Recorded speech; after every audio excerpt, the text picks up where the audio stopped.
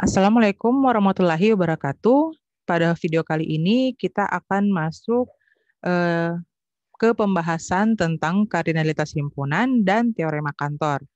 Nah, untuk pembahasan materi ini dia itu dipelajari dalam mata kuliah analisis real, terus masuk juga ke mata kuliah dasar matematika dan dipelajari juga pada mata kuliah ilmu komputer.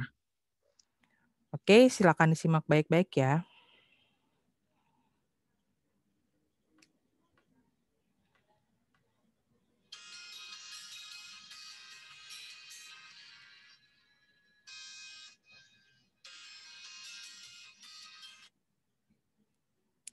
Kita akan mulai dengan melihat apa itu kardinalitas himpunan.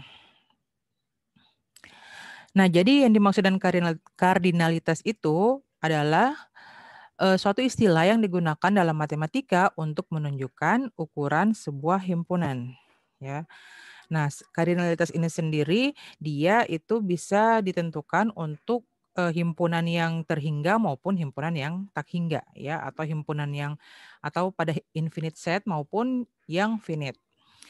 Nah, kardinalitas dari sebuah himpunan yang terhingga atau finite set dapat ditentukan dengan cara mengaitkan sebuah bilangan asli pada setiap himpunan. Ya, jadi nanti sebentar kita akan lihat bagaimana itu bilangan asli dia dikaitkan dengan himpunan sehingga memunculkan yang namanya bilangan kardinal atau cardinal number.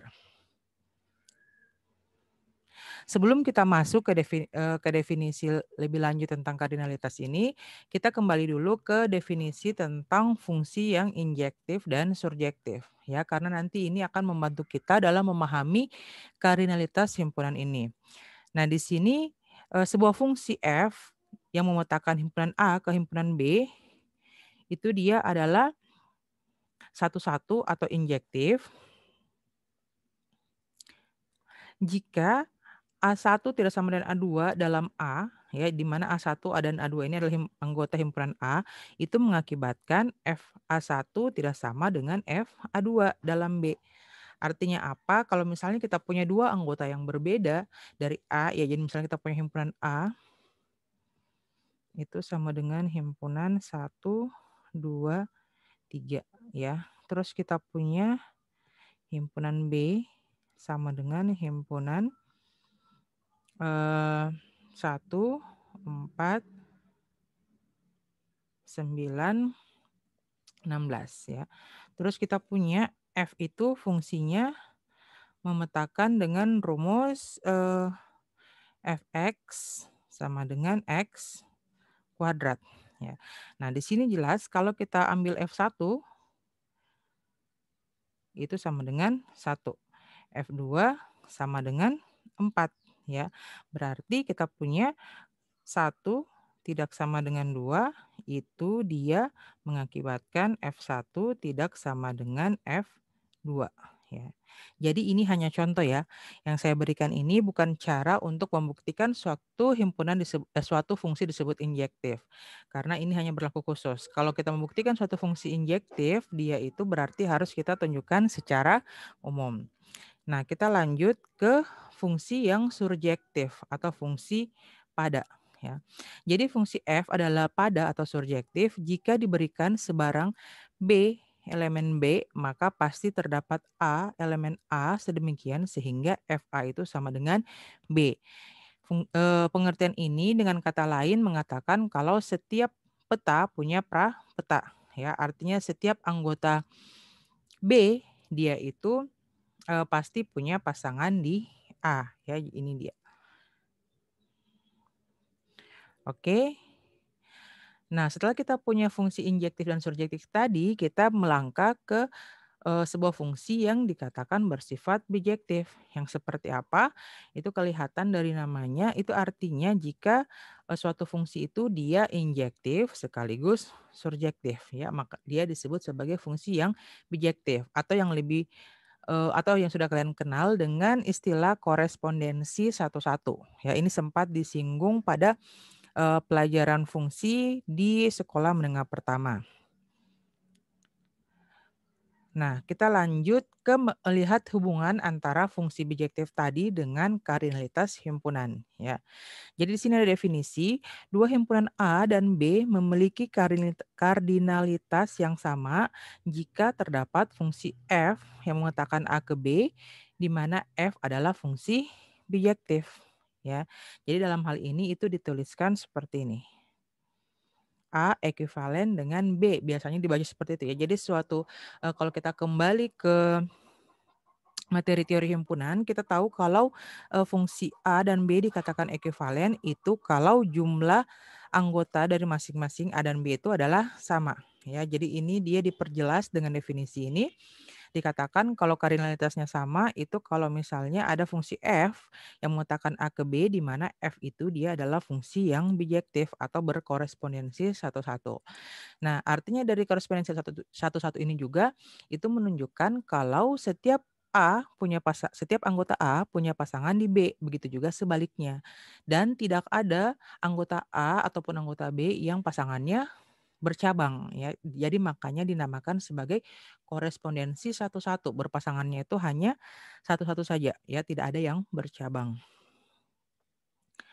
Nah, kita lanjut ke definisi dari himpunan terhingga atau finite set ya. Jadi sebuah himpunan A adalah himpunan terhingga atau finite set jika A adalah himpunan kosong atau A itu dia ekuivalen dengan NK untuk suatu bilangan asli K. Yang mana maksudnya himpunan NK ini adalah himpunan yang bilangan asli sampai K. Ya, itu artinya kalau kita punya N2 itu sama dengan himpunan 1 sampai 2. Aduh, kalau himpunan, N10 berarti 1, 2, 3, 4 sampai 10, yaitu yang dimaksud dengan NK. Jadi suatu himpunan itu dikatakan finite atau terhingga jika dia itu dibatasi jumlahnya sampai ke, eee, anggota yang ke K ya. Jadi dia itu kalau kita pasangkan dengan suatu himpunan bilangan asli yang sampai K, maka dia akan berkorespondensi satu-satu ya. Ini tadi ya. Nah, kalau misalnya dia tidak seperti itu, maka dia disebut sebagai himpunan yang tak hingga atau infinite set ya. Sekali lagi, himpunan yang terhingga atau finite set itu jika A adalah himpunan kosong ya. Jadi dia bisa dua ya, bisa himpunan kosong atau A itu dia ekuivalen dengan NK ya untuk suatu bilangan asli K. Nah, ini berarti kalau A sama dengan himpunan kosong, itu artinya kita punya Na atau kardinalitas dari A itu sama dengan 0. Sebaliknya, kalau A diekuivalen dengan NK, itu artinya kita punya kardinalitas dari A itu adalah K, ya. Nah, kita lanjut ke contoh. Nah, di sini kita mau tunjukkan kalau himpunan E sama dengan himpunan 2, 4, 6 dan seterusnya yang mana merupakan himpunan bilangan asli genap, itu dia adalah ekuivalen dengan himpunan bilangan asli ya, atau nanti ini dengan secara lain kita katakan dia itu adalah himpunan yang, finite ya, yang terhingga tadi. Nah, kita lihat, kita mulai dengan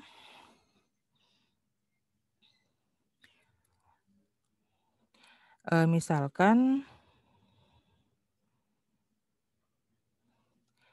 kita punya fungsi f yang memetakan n ke e dengan fn itu fn sama dengan 2n, ya itu berarti kalau kita punya n itu 1, 2, 3, 4 dan seterusnya sampai n, itu berarti kita akan dapatkan E-nya itu 2 kali 1 2, 2 kali 4 2 kali 2 4, 2 kali 3 6, 2 kali 4 8, 2 kali N 2N, dan seterusnya. Ya, jadi ini semua dipasangkan seperti ini ya. Oke. Nah, dari sini jelas bahwa E itu adalah himpunan bagian murni dari N ya. Jadi E itu dia merupakan proper set dari N ya atau himpunan bagian murni. Nah, karena kenapa dikatakan himpunan bagian murni, kalian bisa cek di penjelasan lengkapnya di video saya sebelumnya. Itu himpunan bagian murni itu dikatakan seperti itu ketika semua anggota E merupakan anggota dari N ya. Dan juga dikatakan dan juga ada anggota dari N yang bukan anggota E. Nah, dari sini tampak secara logis kita bisa melihat kalau himpunan E ini jumlahnya itu lebih kecil dari himpunan N ya. Tapi kenapa dia tetap bisa dikatakan ekuivalen? Bisa dikatakan ekuivalen karena kita bisa memasangkan secara satu-satu masing-masing setiap anggota E dengan setiap anggota N ini. Oke. Kita lihat contoh yang berikutnya. Nah, contoh yang berikutnya ini yang kita mau tunjukkan adalah himpunan Z atau himpunan bilangan bulat, dia juga memiliki kardinalitas yang sama dengan N ya atau diekuivalen dengan N, himpunan bilangan asli. Nah, di sini kita mulai dengan misal kita punya himpunan F yang memetakan N ke Z, di mana Fn itu sama dengan himpunan N kurang 1/2 untuk N yang genap dan sama dengan min N/2 untuk N yang ganjil. Nah, sebelum kita lihat bagaimana pemetaannya, kita harus memahami bahwa F ini dia tidak mungkin memetakan dua bilangan asli pada dua elemen yang sama pada Z. Ya, jadi kita bisa mengatakan kalau jelas bahwa F tidak memetakan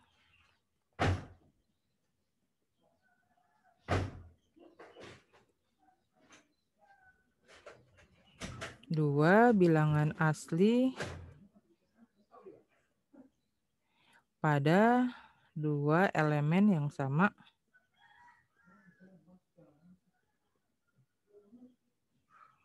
pada Z. Nah, dari sini kita punya kesimpulan apa?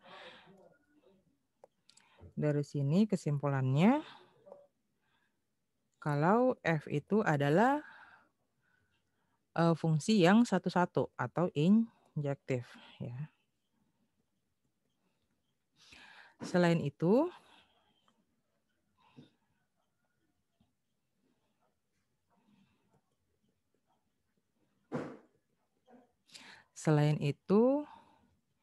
setiap elemen di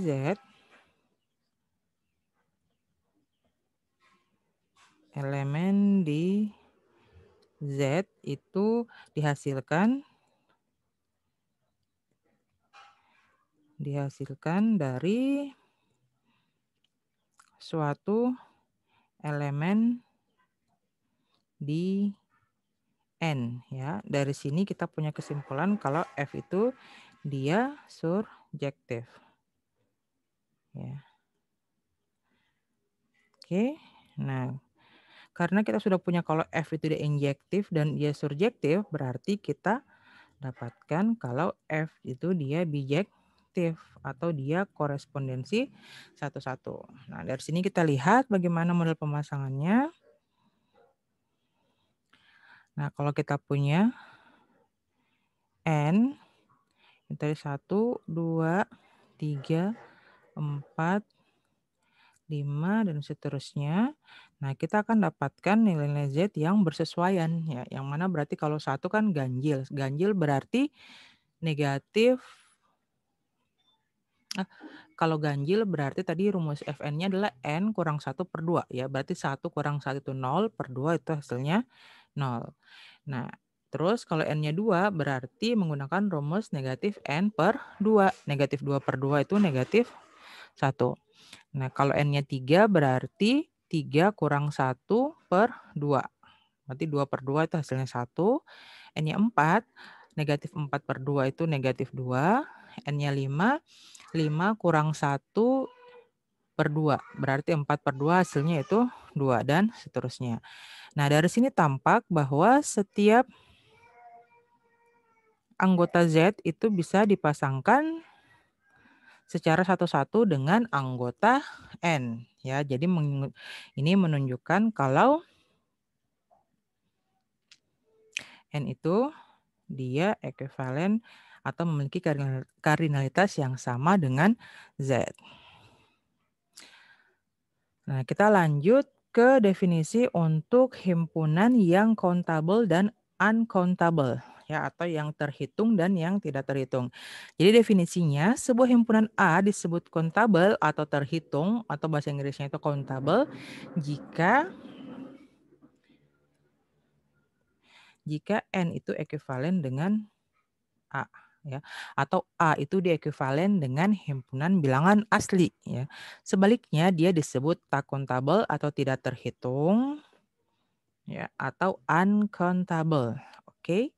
Nah, saya tekankan sekali lagi, sebuah himpunan A disebut countable atau terhitung atau countable jika dia ekuivalen dengan himpunan bilangan asli, atau memiliki kardinalitas yang sama dengan himpunan bilangan asli. Sebaliknya disebut tak countable atau tidak terhitung, ya, atau uncountable.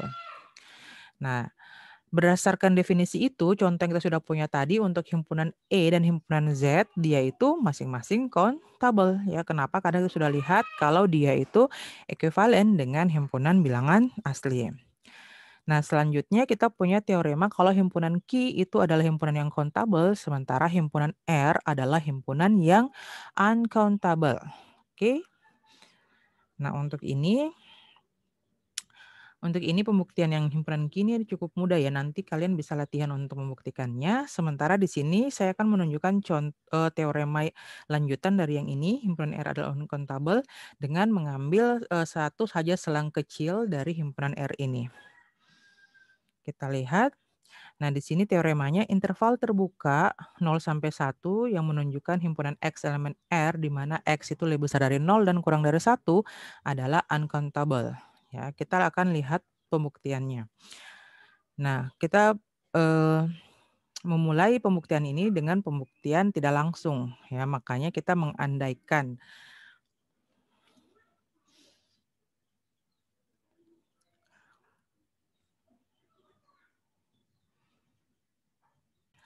Nah, di sini kita mengandaikan, apa yang kita andaikan? Karena tadi kita punya kesimpulan kita itu yang kita menunjukkan adalah dia uncountable, berarti kita andaikan dia countable, ya, andaikan dia countable. Dari mana kita menunjukkan dia countable atau terhitung? Dengan cara menunjukkan ada fungsi yang memasangkan si himpunan ini dengan himpunan bilangan asli. Ya, di sini kita andaikan fungsinya itu adalah fungsi f, di mana f ini memasangkan himpunan bilangan asli dengan himpunan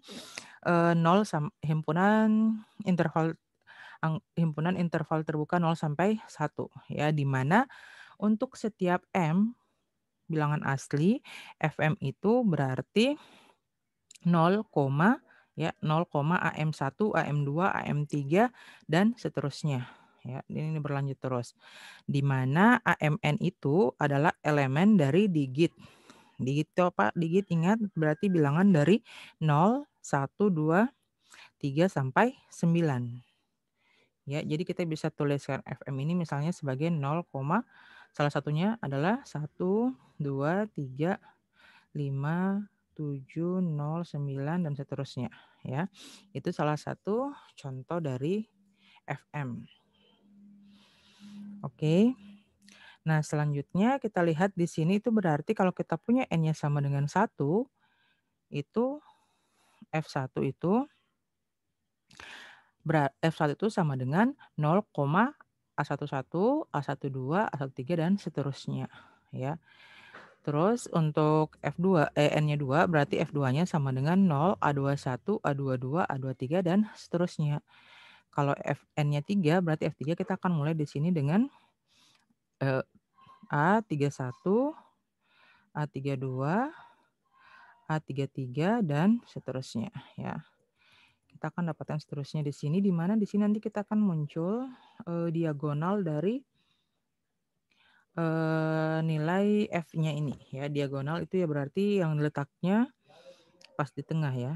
Di sini dan seterusnya nanti kita akan lihat. Nah, kenapa kita fokus ke sini? Karena nanti ini kita akan mau menunjukkan teorema ini itu dia pertama kali dibuktikan oleh Cantor ya. George Cantor salah satu ilmuwan matematika asal Jerman. Nah, dia ini membuktikan teorema ini menggunakan metode diagonal ya. Kita lihat yang seperti apa. Jadi nanti kita akan fokus ke nilai-nilai yang ada di diagonal ini. Kita lihat contoh untuk jelasnya, kita lihat contohnya di sini ya. Belum contoh. Jadi dari tadi ini, dari yang model ini, kita mau tunjukkan bahwa ada suatu bilangan X, yang mana X itu adalah anggota dari interval terbuka 01 tadi, di mana X itu dia sama dengan 0, B1, B2, B3, B4, dan seterusnya. Di mana Bn-nya itu merupakan digit-digit dari 0 sampai 9. Terus kita punya fungsi G. G itu dia mengutarakan ANN ke Bn ya, di mana ANN tadi ini apa yang A11, A22, A33, dan seterusnya, dia itu merupakan diagonal dari bilangan-bilangan yang kita hasilkan tadi. Dari F1, F2, F3, dan seterusnya ya.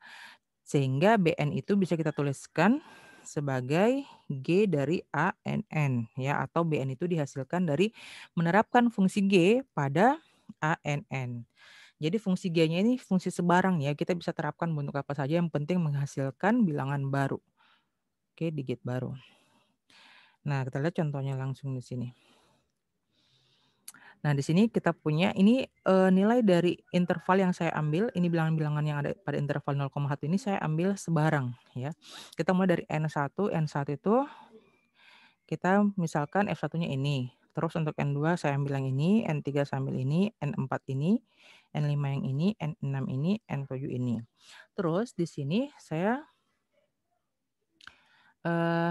G ANN itu sama dengan ANN ya, atau dengan kata lain Bn-nya sama dengan ANN.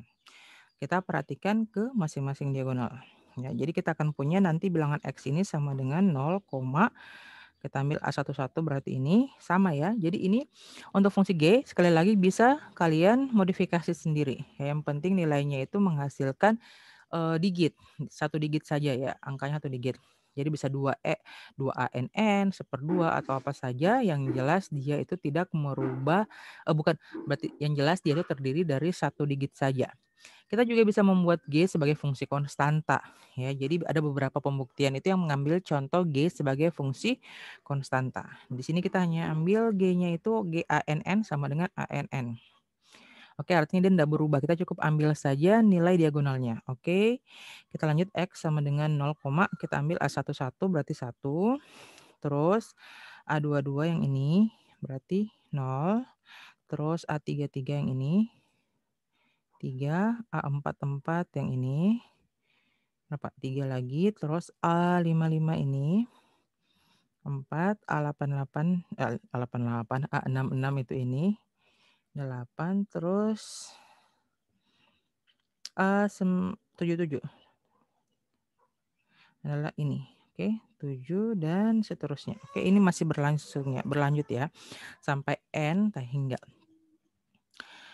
N seterusnya. Jadi kita punya X sama dengan 0,103348 dan seterusnya. Nah, di sini kita bisa pastikan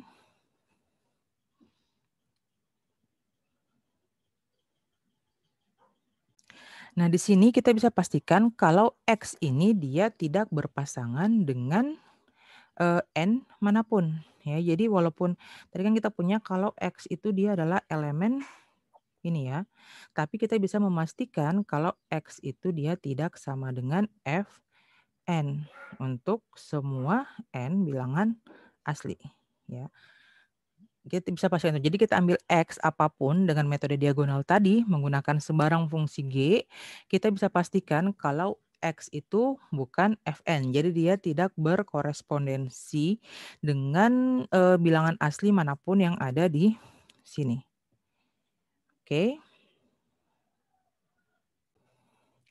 Nah, ini berarti apa? Ini berarti terjadi kontradiksi, ya, muncul kontradiksi. Kenapa kontradiksi? Karena tadi kita sudah mengandaikan kalau F itu adalah fungsi yang surjektif, ya. Artinya semua nilai di antara 0,1 ini pasti punya pasangan di N.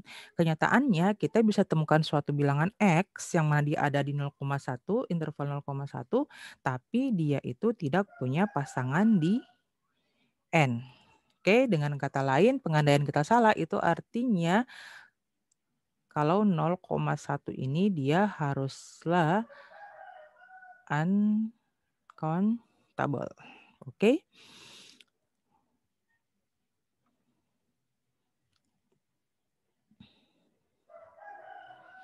Nah, tadi dari yang kita punya tadi di tabel yang sebelumnya itu mengakibatkan apa? Mengakibatkan kalau jumlah dari bilangan asli pasti akan kurang dari jumlah bilangan real.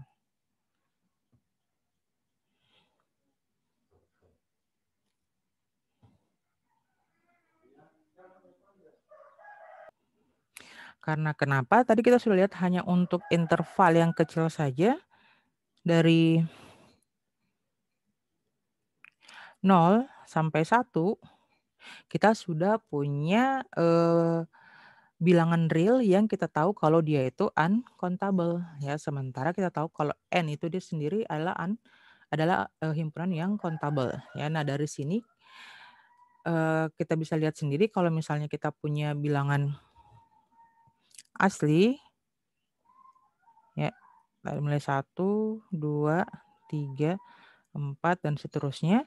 Bilangan real kita bisa tentukan ada tak hingga banyaknya bilangan real yang ada di sini, yang tak terhitung, ada juga di antara ini, ada juga di antara ini. Ya, sehingga kita bisa lihat kalau si bilangan asli tadi dia countable, sementara bilangan real dia uncountable. Jelas ya? Oke, semoga mulai dipahami ya. Kita lanjut ke pembahasan tentang teorema Cantor. Nah, sebelum itu kita masuk dulu ke pengertian himpunan pembangkit atau power sets, ya. Jadi ini sudah kalian kenal sebenarnya istilahnya. Kita lihat definisinya diberikan sebuah himpunan A. Himpunan pembangkit atau PA adalah kumpulan dari semua himpunan bagian dari A, ya. Nah, ini kita sudah tahu pernah dipelajari di bangku sekolah menengah. Kalau kita punya jumlah anggota dari A, NA itu sama dengan K, maka kita dapatkan kalau N jumlah dari semua himpunan bagian A itu adalah 2 pangkat K, ya, atau N dari himpunan pembangkit A itu adalah 2 pangkat K. Ya, dari sini sudah jelas kita tahu kalau NA itu akan kurang dari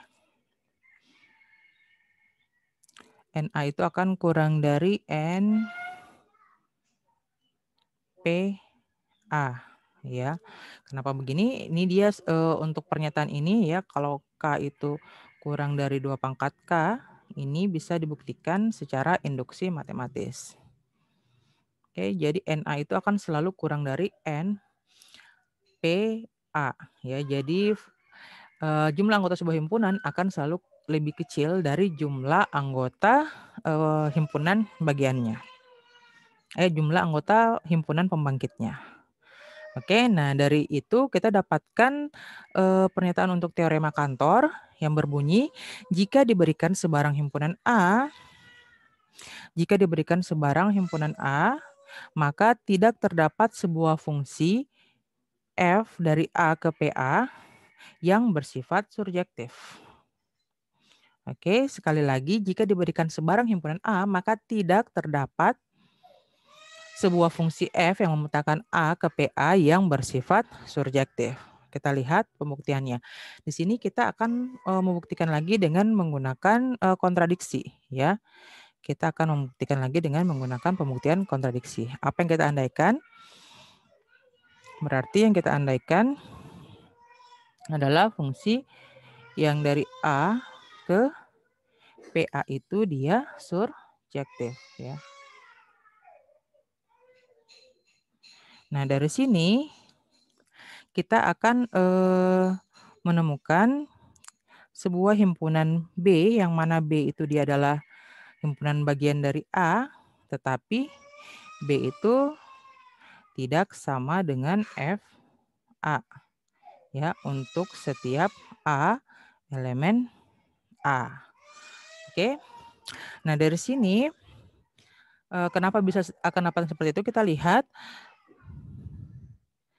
karena FA itu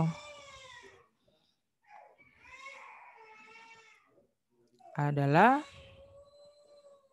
himpunan bagian dari A, itu berarti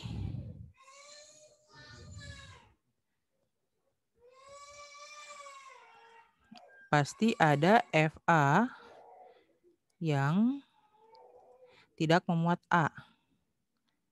Ya.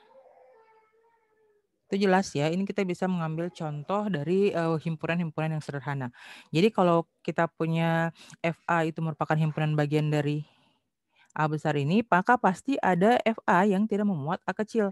Yang mana A kecil tadi itu merupakan elemen atau anggota dari himpunan A ini. Nah, dari sini kita bisa memperoleh sebuah himpunan B, yang mana B itu adalah himpunan A, elemen A, di mana A itu bukan elemen FA. Oke, jadi dengan kata lain, B itu dia subset A, tetapi B tidak sama dengan FA. Oke, nah di sini kalian bisa tuliskan pembuktiannya yang lebih jelas. Yang jelas ini berarti menghasilkan hal yang kontradiksi. Nah, pembuktian untuk teorema Cantor ini selesai. Dari situ itu juga mengakhiri pembahasan saya tentang kardinalitas himpunan dan teorema Cantor. Semoga itu bermanfaat dan jika ada yang ingin ditanyakan silakan berikan pertanyaan di kolom komentar. Dukung channel saya dengan subscribe dan share jika bermanfaat. Terima kasih. Assalamualaikum warahmatullahi wabarakatuh.